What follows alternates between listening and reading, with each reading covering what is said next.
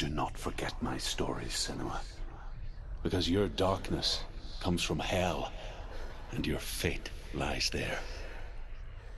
They say the burning of a corpse will take you straight to Hela's gate, but gods and the living will follow this path.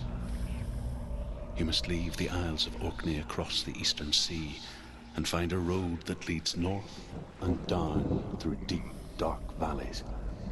After 9 nights of riding, you will follow a great river and will find a bridge covered in gold.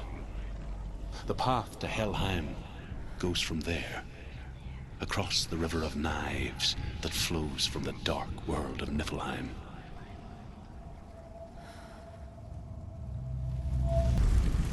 The Northmen speak of 9 worlds. The world of men they call Midgard. Sky gods dwell in Asgard. The gods of earth, harvest, wind, and sea dwell in Vanaheim. The good elves dwell in Alfheim. The evil ones dwell in Svartalfheim.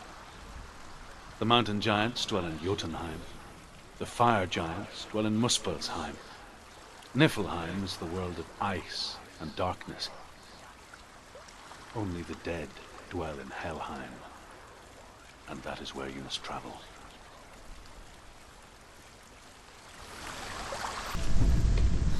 The world of the dead is ruled by the giantess, Hela, daughter of Loki. The gods feared her bloodline, bad on her mother's side and yet much worse on her father's.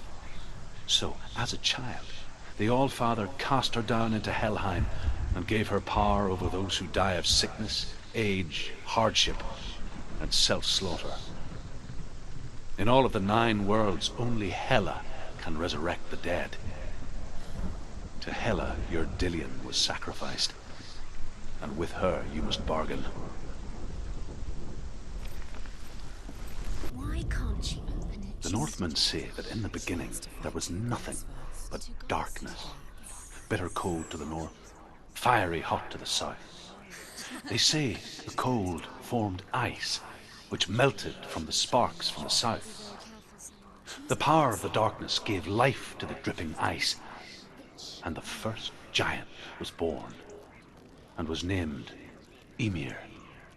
The ice continued to drip, and the power of the void gave life to it, and it became a cow, whose milk fed the giant. That's right, a cow, but you weren't expecting that.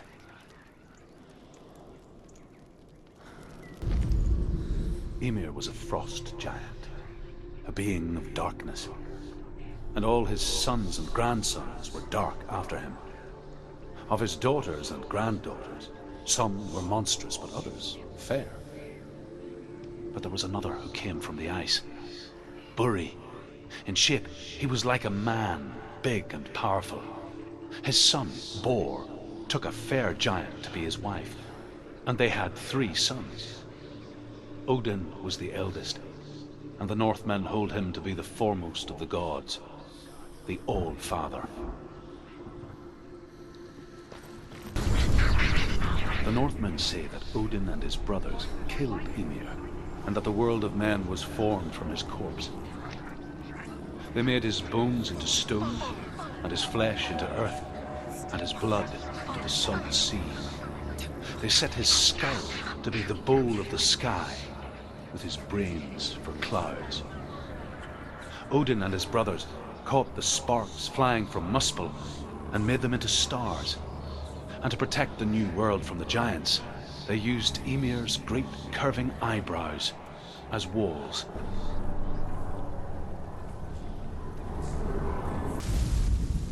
The Northmen say you must sacrifice in order to receive. They tell how the runes were revealed to Odin only in sacrifice. He hung himself from the world tree, and he stabbed himself with a spear, and he dedicated the sacrifice to himself.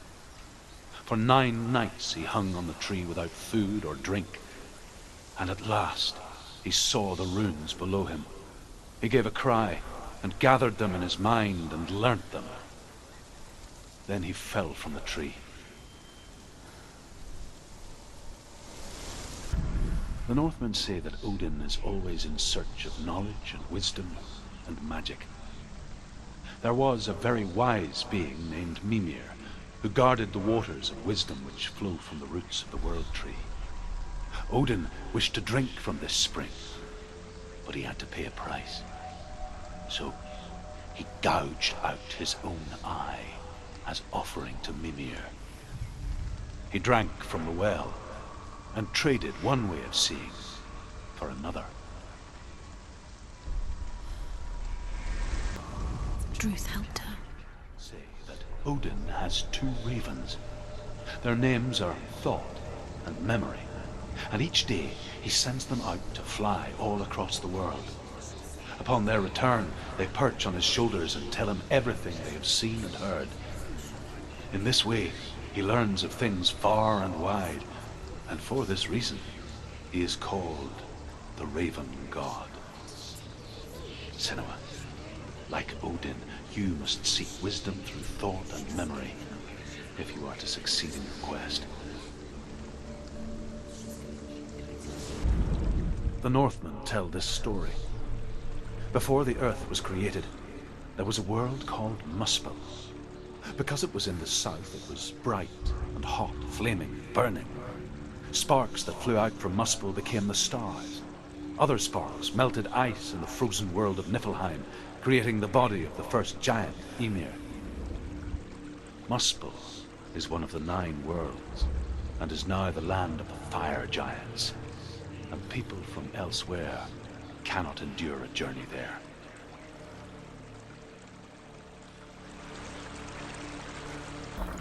There's always the way. The Northmen say that the defender of Muspel is called Surt, the foremost of the fire giants. His name means the Black One, because he is like something burnt. The Northmen believe that he sits at the border of Muspel with his flaming sword, and at the end of the world he will leave his post. He will travel to Asgard and Midgard, waging war against all the gods. He will be victorious, and then burn the whole world with fire.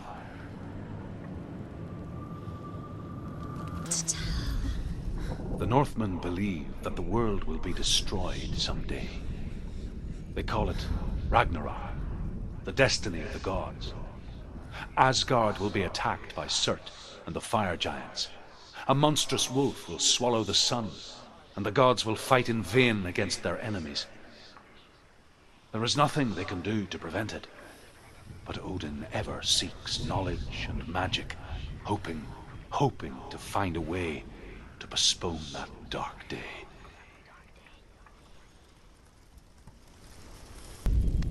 The Northmen say that at Ragnarok, the sons of Muspel will travel to battle in the ship called Naglfar, the corpse ship. And when the sons of Muspel leave the ship and ride to battle, it will be as though the sky had split open, and Surt will lead them. Wherever he goes, flame will erupt before him, and fires will burn behind him.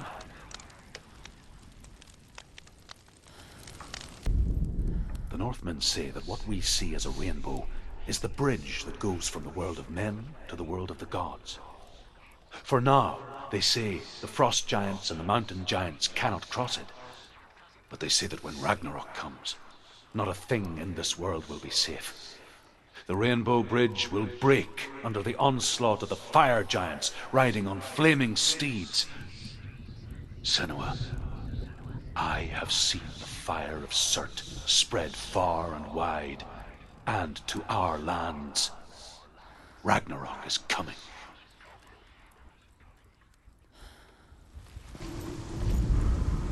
However you come to the gold-covered bridge that leads to Hell, you may find it guarded by a giantess. She will ask your name, she will ask your lineage, she will ask your business. The Northmen tell of the warrior woman Brynhild, who leapt into fire and rode to Hell to join her slain love Sigurd, and is challenged by the giantess. Hela possesses large dwelling places in Helheim. Tall are her walls, high are her gates.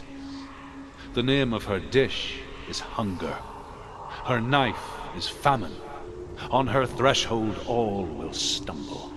Her bed is called sick bed, and her bed hangings are called flames of a funeral pyre. They say she is easy to recognize, half black and half the color of flesh, and her face menacing and grim.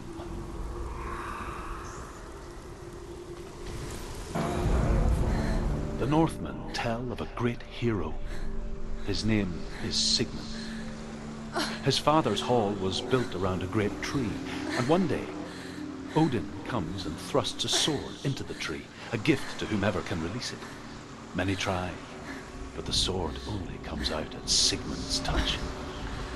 His brother-in-law, King Sigurd, wants it, but Sigmund refuses him, so King Sigurd plots revenge. He invites Sigmund and his brothers to a feast, but when they arrive, they are met with an army, not a warm welcome. King Sigurd captures Sigmund and his brothers, steals his coveted sword, and readies them for execution.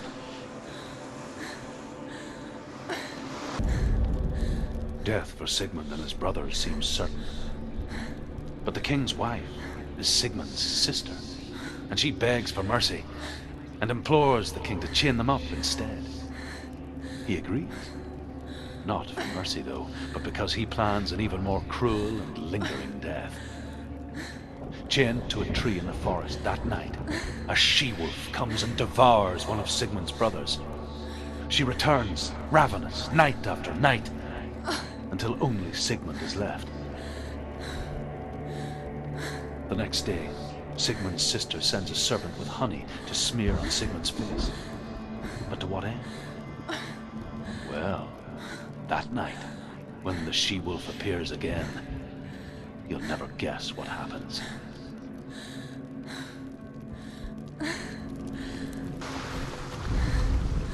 As the she-wolf licks the sweet honey from Sigmund's face, he bites the wolf's tongue. The she-wolf pulls away, but Sigmund holds on. The chains break, and he is free. After his escape, Sigmund lives like us, hidden in the forest. His enemy, King Sigurd, believing him dead, as his sister plots revenge. And for vengeance to succeed, even the great Sigmund needs help. So she sends her sons to him. But their blood is weak and corrupted, and they're put to death by Sigmund. So his sister hatches a new plan, one that is cold of heart and pure of blood.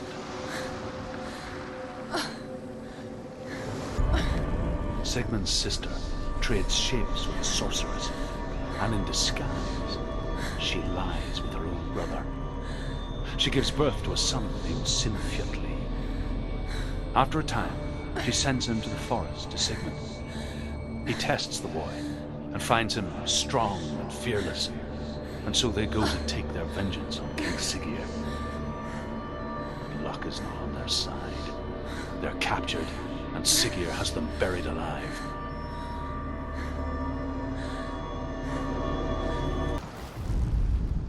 As Sigmund and Sinfjotli are being buried alive, Sigmund's sister throws an armful of straw into the grave mound. Hidden in the straw is Sigmund's sword, the gift of Odin. They cut their way out of the grave mound and set fire to Sigurd's hall. The king burns to death. Sigmund calls to his sister to come out so that she may live and be honored.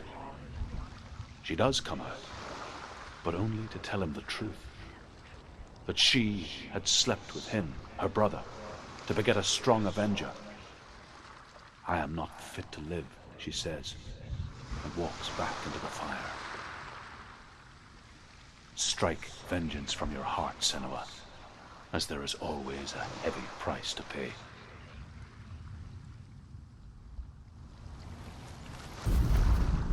And here is the end of Sigmund's story. He was a fierce and great warrior who fought many battles. But one day, an old man came onto the battlefield. Although shadowed by a hood, Sigmund saw that he only had one eye. The man raised his spear and Sigmund struck at it with his sword, but the sword shattered into pieces. Sigmund then knew that this was Odin, and thus that victory could not be his. He bowed his head and accepted his end. Dying, he tells his wife that she is with child, and that her son will one day make a great weapon out of the fragments of his sword. The sword named Gram. He loves her. Senua, you remind me of a story that the Northmen tell about a young woman warrior. Her name is Hervor, the daughter of a berserker, born after he was killed. She's a wild, willful child who teaches herself to fight with weapons. When she learns where her father is buried, her only desire is to reclaim the treasure buried with him, but above all, the sword, Tyrving.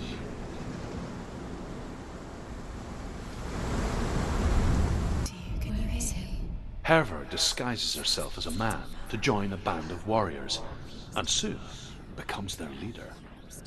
When they come to the island where her father is buried, her men do not want to go ashore.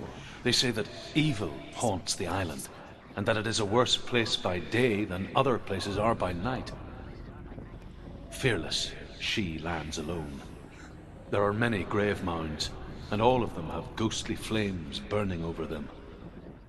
She comes to the grave mound of her father after passing through these ghostly fires, as though they were mist. The flames I passed through were real enough. Damn the Northmen to hell.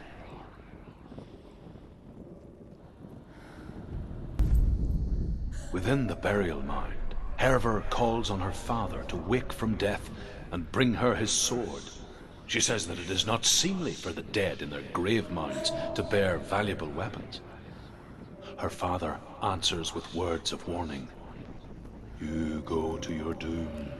Baleful runes surround you. You have gone mad. You have lost your mind. Your thoughts are confused. It is dangerous to wake the dead. Like I said, she reminds me of you.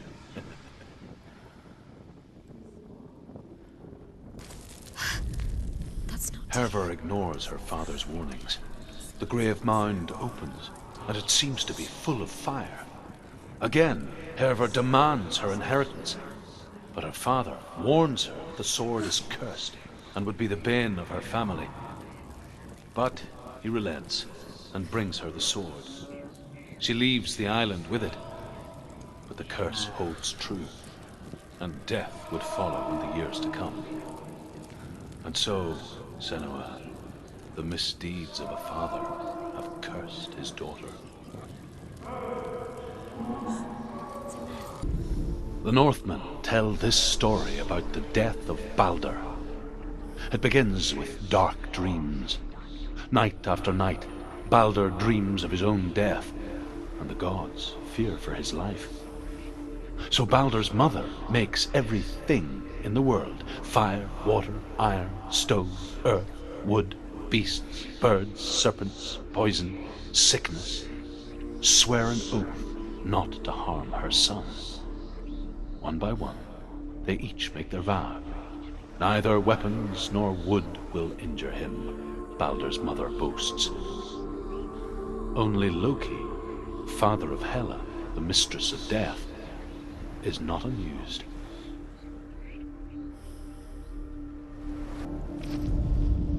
The gods feast and rejoice and amuse themselves by throwing spears and stones at Baldur, striking at him with sword and axe. But he comes to no harm, whatever they do. The gods never cease to wonder at this great marvel. But Loki shapes himself into a woman and asks Baldur's mother, "Is it really true that all things promise to keep him safe?" "I did not ask the mistletoe," Baldur's mother confesses. "I thought it was too young." Oh dear.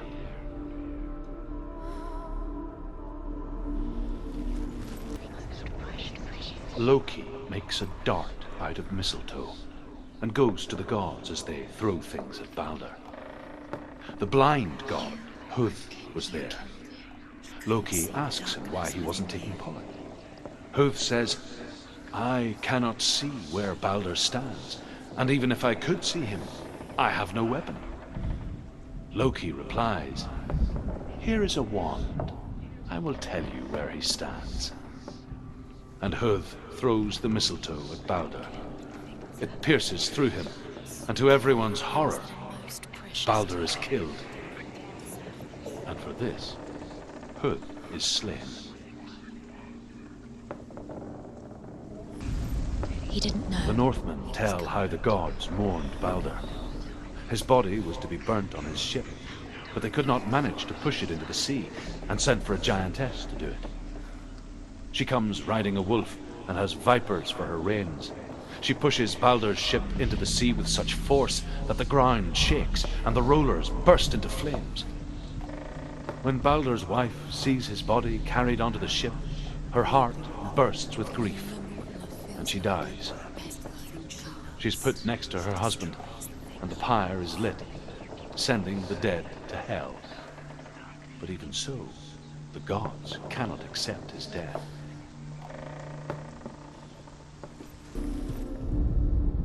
Overcome with grief, the gods send Hermod to ride to Hell and ask Hela to let Balder return home. All the gods are weeping, he says. Are they? Asks Hela. We shall see if he is truly missed. If everything in the world will weep for him, he shall go back to the gods. But if even one thing refuses, Balder stays with me. The gods send messengers everywhere. Weep for Balder, weep him out of hell. And everything wept. Men, beasts, earth, stone, trees, metal, everything. In a way that nobody else did. Except for a giantess they find in a cave. Balder was never my friend, she says. Let Hel keep what she has. The Northmen say that the giantess must have been Loki in disguise. Why did you think you could make this? The Northmen tell how the gods punished Loki for Balder's death. They captured him and took him to a cave. They fetched his 2 sons and turned one into a wolf, and he ripped his brother apart. The gods used Loki's own son's entrails to tie him down, and turned these bonds to iron, and dangled a poisonous serpent over his face, so that its venom would drip onto him. Each time the venom drips onto Loki's face, he writhes in agony. The Northmen say that is the cause of earthquakes. A reminder, perhaps, that if even gods must accept death, then so must we.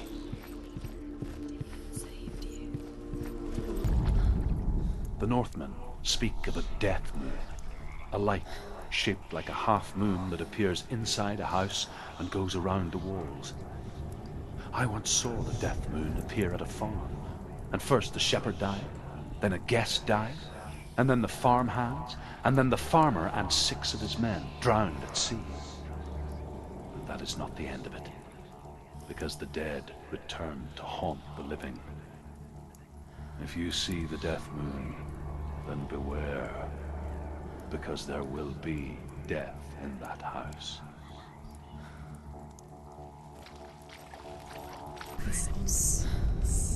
There was a Northman called Grettir, big, red-haired, immensely strong, but he was afraid of the dark.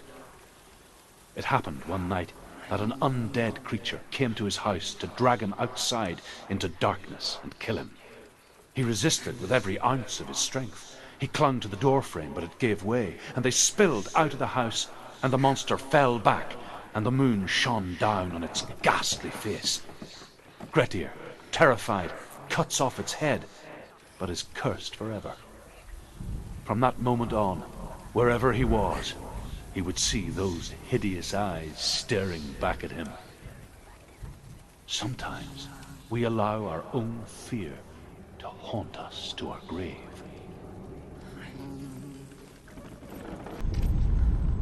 I will tell you of a great hero named Sigurd, son of Sigmund, no less. Born after his father's death, Sigurd is cared for by the dwarf Rain. But Rain does not love the boy. Instead, he plans to use him for his own ends. You see, Rain's father possessed a great treasure given to him by the gods. But Rain's brother, Fafnir, killed his father and took the gold all for himself.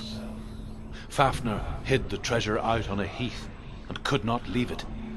And from the evil in his heart, he turned into a dark creature, a dragon.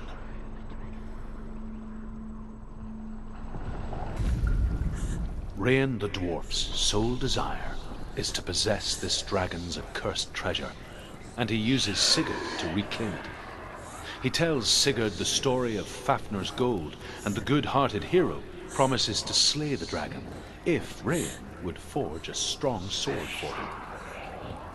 Sigurd remembers that his father once possessed a sword given to him by Odin. Odin broke the sword to bring about Sigmund's death, but Sigurd's mother still has the pieces. And so Rain reforges the famous sword. Sigurd uses the sword first to avenge his father, and then he and Rain go in search of Fafnir.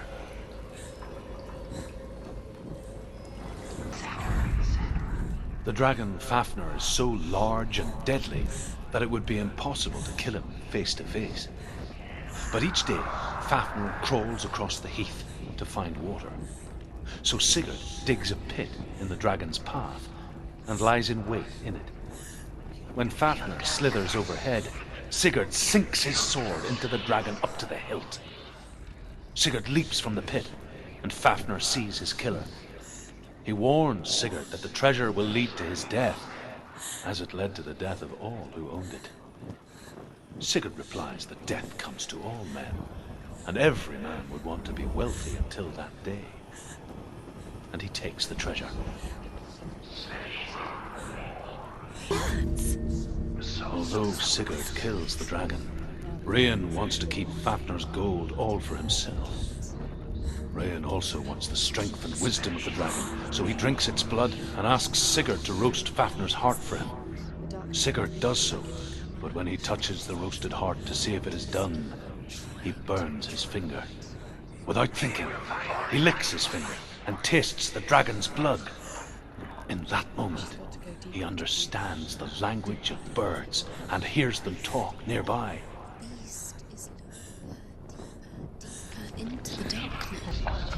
Sigurd learns that Brynhild had once disobeyed Odin, and so he had her punished, stuck her with a sleep thorn, and put her body within a rampart of burning shields. Only a man who knew no fear would ever reach her. But like me, Sigurd is fearless and passes through the flames, just as I did, and wakes the sleeping warrior girl. She teaches him the secret wisdom of runes, namely victory runes, ship runes, runes for persuasion, runes for truth, runes for healing and help, runes for perception and power. Like Sigurd, the greatest young warrior of the North, you must learn the secrets of the runes to fight amongst the gods in hell.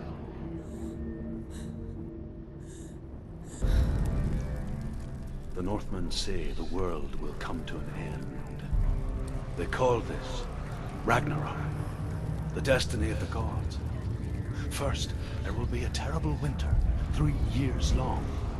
Then, mankind will turn on itself. Brothers will fight each other to the death, and people will forget what they owe their kindred. Times will be hard. Crimes will be great. It will be an age of axes and swords. The wind will blow through abandoned halls. Wolves will walk where children played. The world will fall into ruin.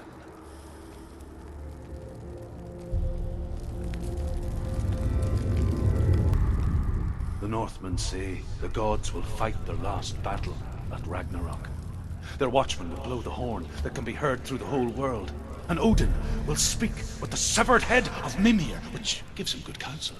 The land of the giants will thunder with the sound of their army on the move. The gods will assemble. The dwarves will leave their stones. The frost giants will come from the east. The Midgard serpent will turn up the waves. eagles will scream and tear at the corpses with their yellow beaks. The ship of the dead will set sail.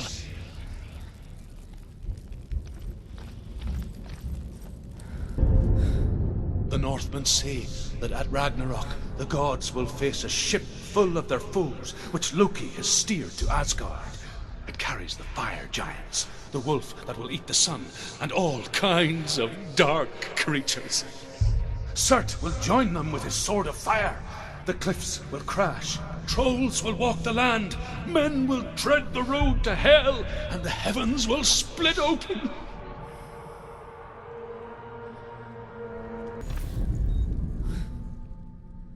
The Northmen say that each god will do battle at Ragnarok. Odin will fight the monstrous wolf and be killed, but his son will avenge him and plunge his sword into the heart of the beast.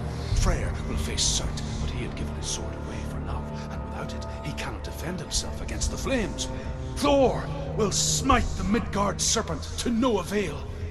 The sun will grow black, the earth will sink into the sea, the stars will disappear, fire and water will meet, steam will shoot up, flames will play against the sky, the heavens and earth and all the world will be burned, all the gods will be dead, and the warriors of Valhalla and the people everywhere. Senua, prepare yourself for Ragnarok, for it is nigh.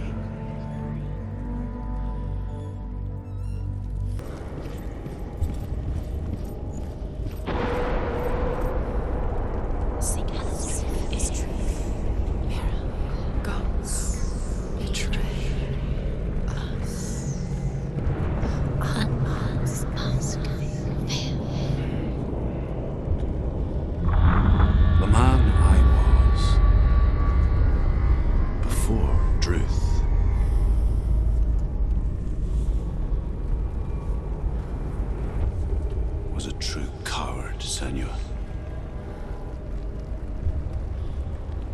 I was well traveled.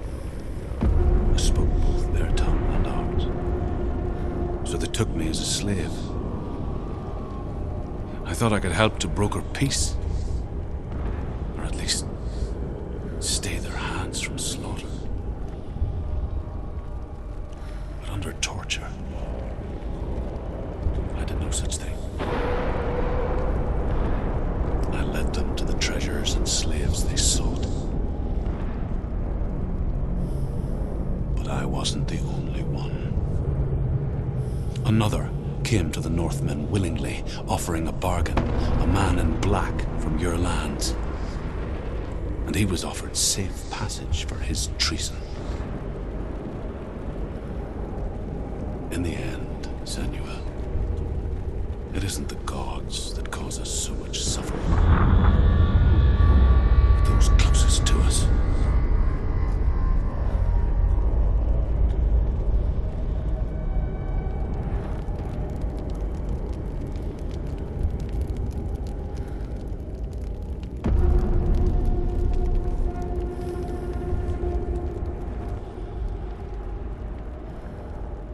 No. I'm here for Dillian.